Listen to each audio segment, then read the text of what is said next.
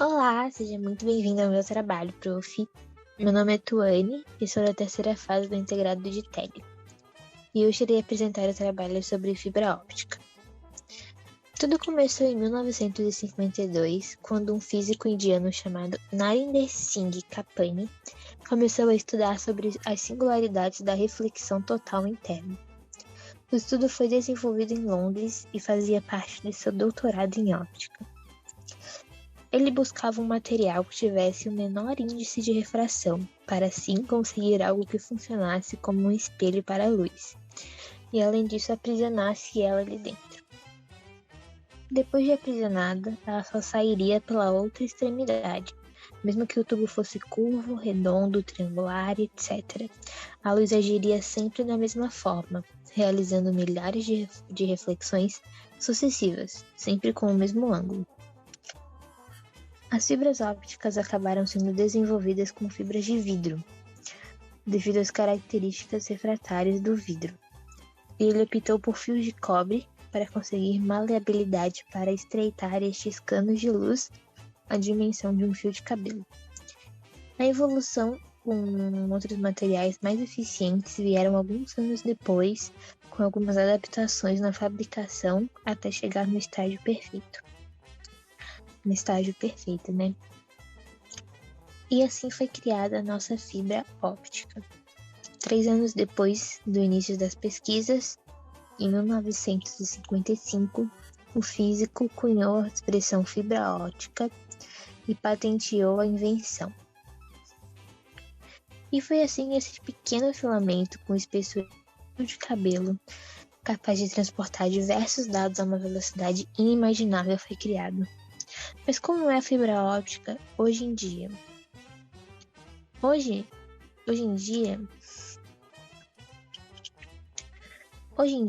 as fibras ópticas podem ser fabricadas com 4 materiais, que são eles: sílica pura, sílica dopada, vidro composto e plástico.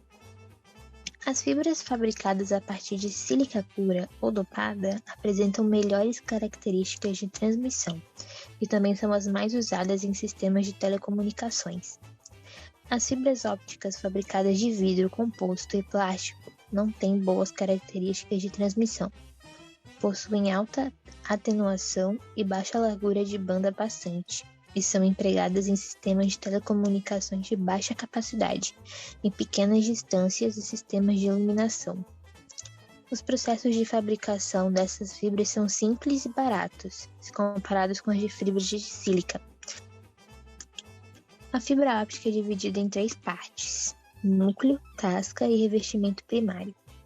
Após colocar os dados necessários, são feitos cálculos para que a luz faça sucessivas refrações na parede do cabo, que pode ter o interior composto por plástico ou vidro. O nome do fenômeno físico dado a essas refrações é reflexão interna total, enquanto o nome do cálculo feito é chamado de ângulo limite. No núcleo é injetado um sinal de luz proveniente de um LED ou laser, que percorre a fibra se refletindo na casca. Ao redor existem outras substâncias de menor índice de refração, que faz com que os raios sejam refletidos internamente, minimizando assim as perdas de transmissão. Bom, o processo de fabricação das fibras ópticas se dá em 2 etapas. A primeira é a fabricação do tubo pré-forma e a segunda é a fabricação do estiramento. Esses são exemplos de pré-formas e estiramentos. Existem diversas maneiras de fabricar fibras. Existem até 4 tipos de processos de fabricação de fibra de sílica, e a diferença entre eles está na etapa de fabricação da pré-forma. O principal método é o método MCVD, que é uma sigla para deposição de vapor químico modificada. Este processo consiste na deposição de camadas de materiais no interior de um tubo de sílica pura.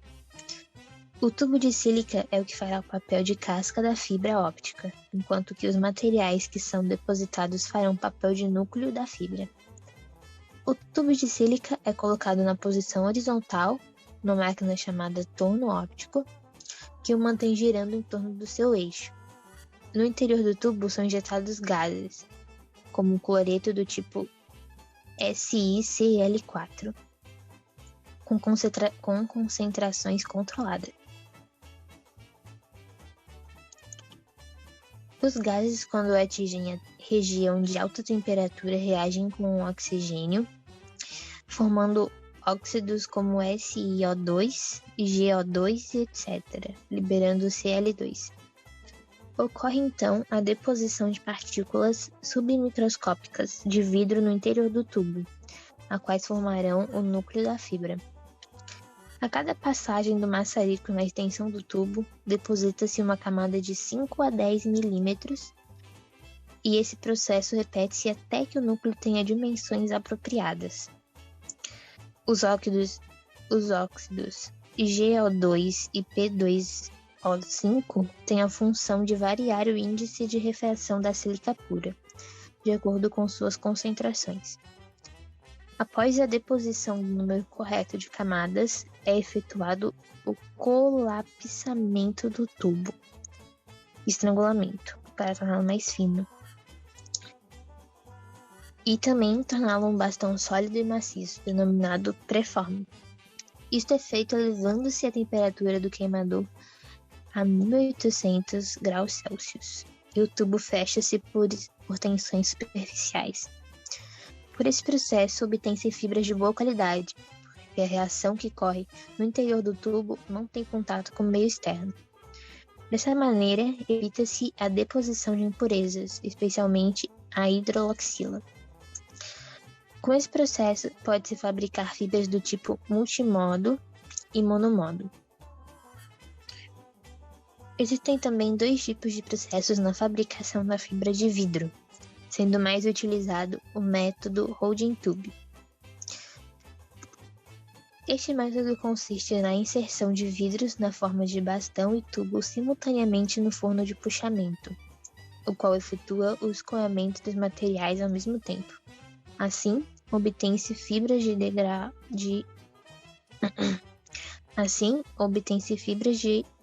degrau do tipo sílica e variações com fibras de sílica-silicone.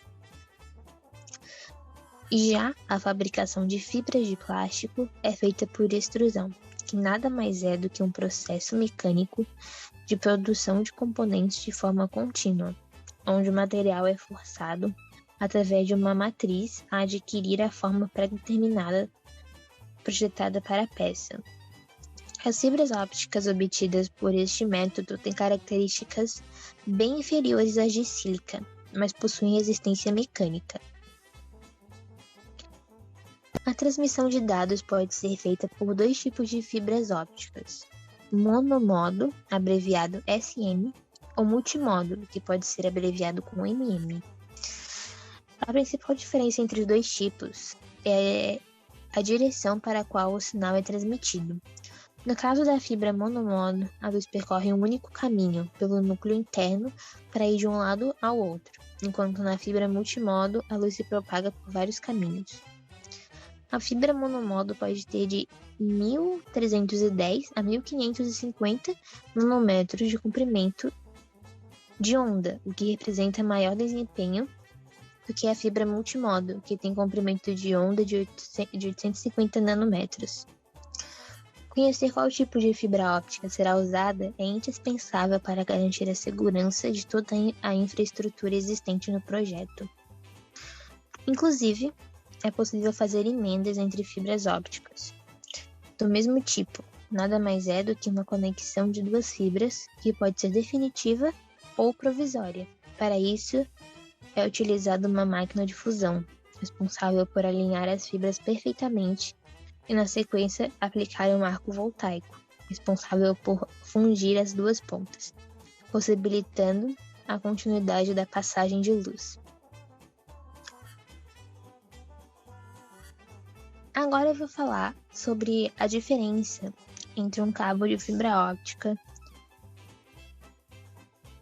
para um cabo de cobre,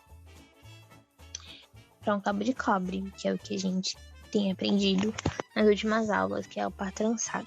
A principal diferença na comparação de fibra óptica e um de par trançado é a velocidade da transferência das informações e a ausência de interferências eletromagnéticas. Mesmo confinada a um meio físico, a luz transmitida pela fibra óptica proporciona o alcance de taxas de transmissões elevadíssimas, da ordem de 109 a 1010 bytes por segundo, cerca de 40 gigabytes por segundo, com baixa taxa de atenuação por quilômetro. Mas a velocidade de transmissão total possível ainda não foi alcançada pelas tecnologias existentes hoje em dia. Como a luz se propaga no interior de um meio físico, sofrendo ainda o fenômeno de reflexão, ela não consegue alcançar a velocidade de propagação no vácuo, que é de 300 mil km por segundo, sendo esta velocidade diminuída consideravelmente.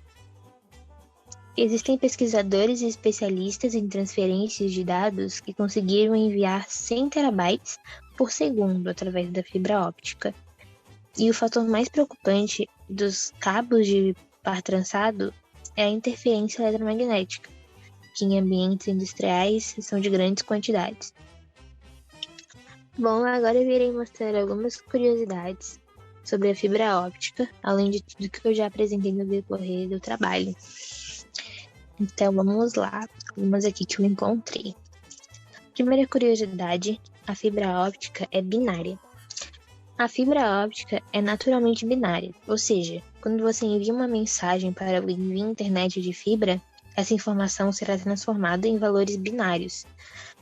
Quando chegar ao outro lado, a mensagem é decodificada, se transformando novamente em informação para o receptor. Tudo isso em frações de segundos. A segunda curiosidade é: a fibra óptica é ecologicamente correta.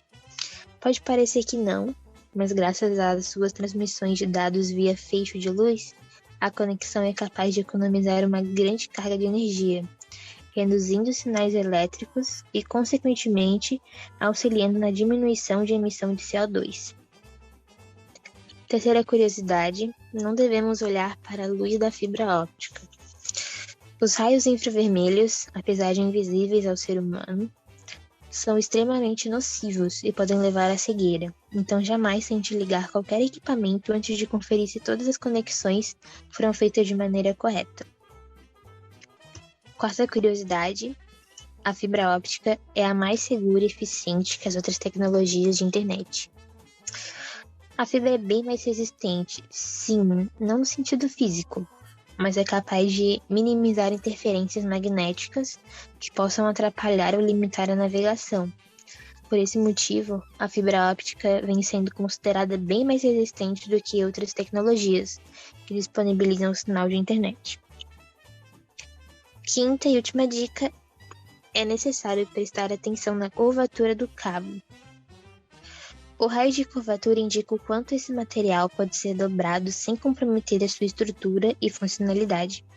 Caso esse índice não seja respeitado, pode haver perda de luz ou até mesmo o comprometimento de estrutura física. E isso é tudo. Aqui estão algumas referências que eu usei para a criação do trabalho. Vou deixar também os links dos sites aqui na descrição do vídeo, caso a professora queira dar uma olhada. E é isso. Muito obrigada por assistir até aqui. Até mais.